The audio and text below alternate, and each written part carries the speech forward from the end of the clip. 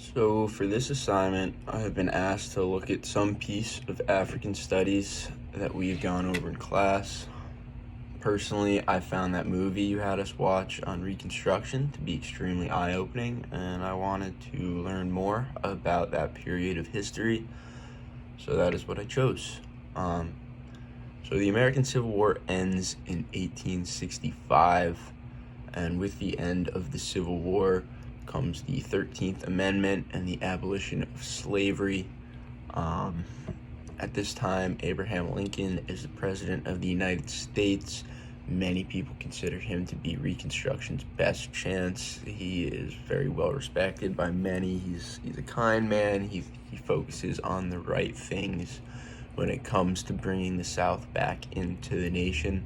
But he's assassinated and never really gets to do any of that.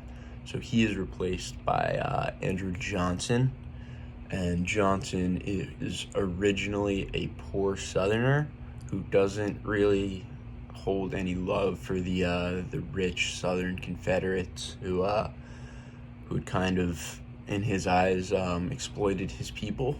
But he was also a racist and no friend of the freedmen in any sense of the word, honestly.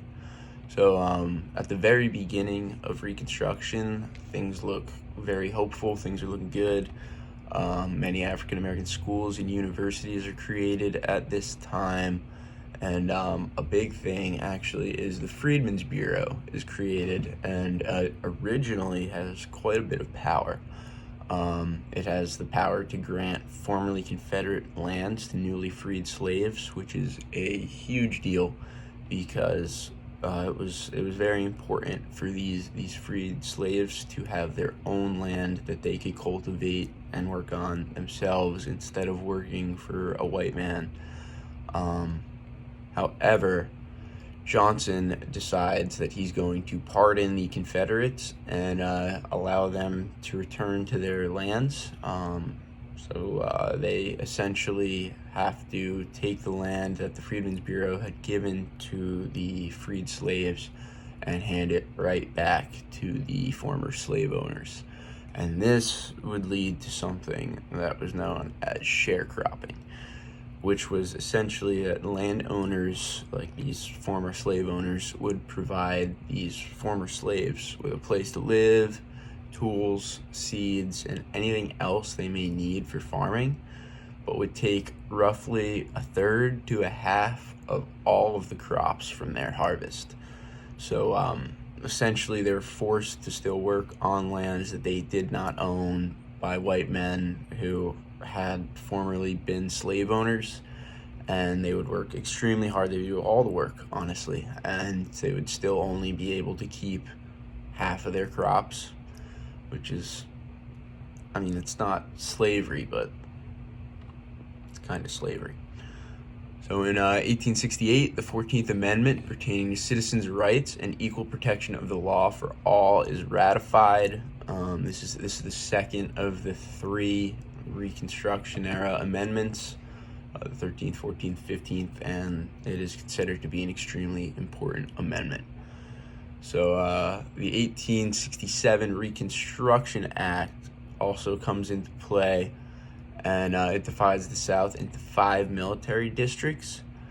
So each state was required to write a new constitution, which had to be approved by the majority of voters within the state, which at this point in time included African Americans. So each state also had to ratify the 13th and 14th Amendment, which I just spoke about, before they could rejoin the United States of America. And Andrew Johnson opposed this vehemently. He was not at all a fan of this idea, but the rest of the government was able to get past the presidential veto and pass this act. So 1868, Republican Ulysses S. Grant becomes the president, removing Johnson from office, and he worked hard to improve the situation for the freed slaves. He is much kinder to them than Johnson is.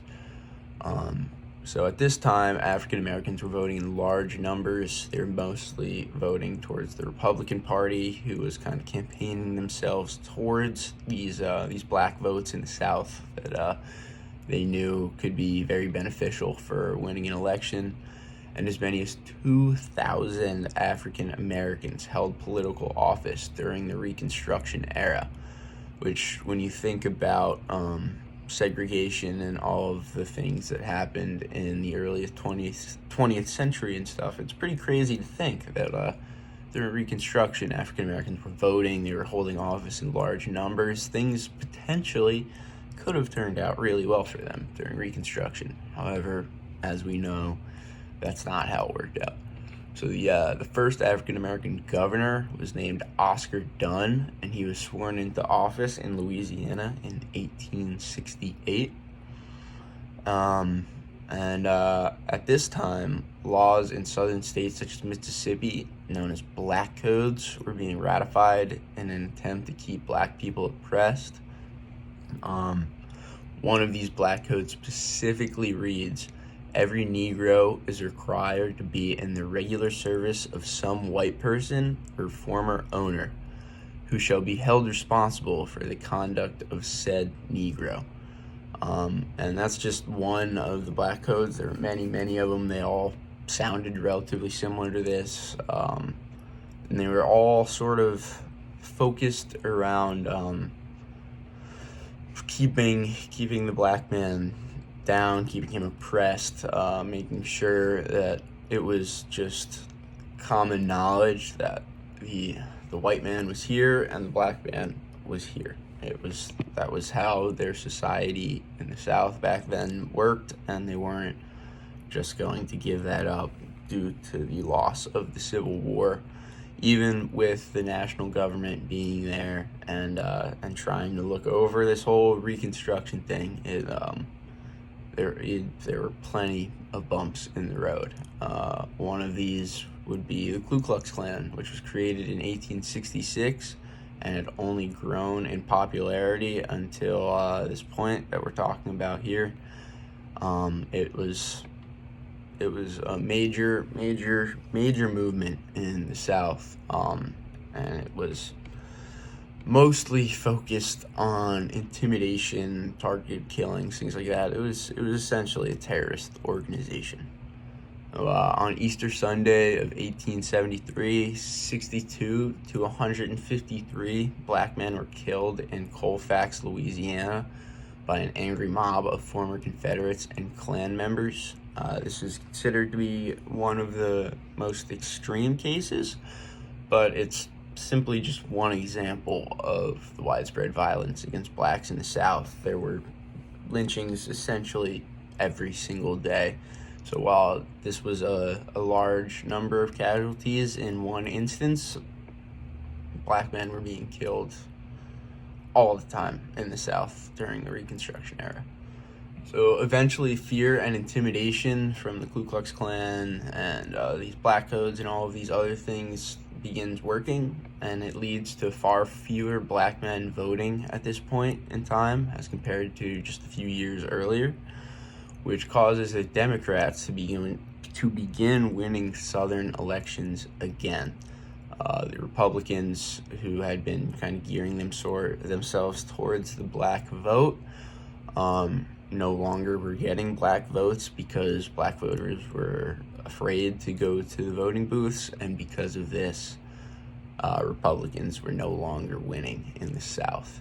So these newly elected Democrats called themselves Redeemers because they rid the South of Northern corruption and were redeeming it to its former glory. So this would lead to the 1877 presidential election being extremely close, and it actually ended up needing to be decided by an electoral commission of Democrats and Republicans.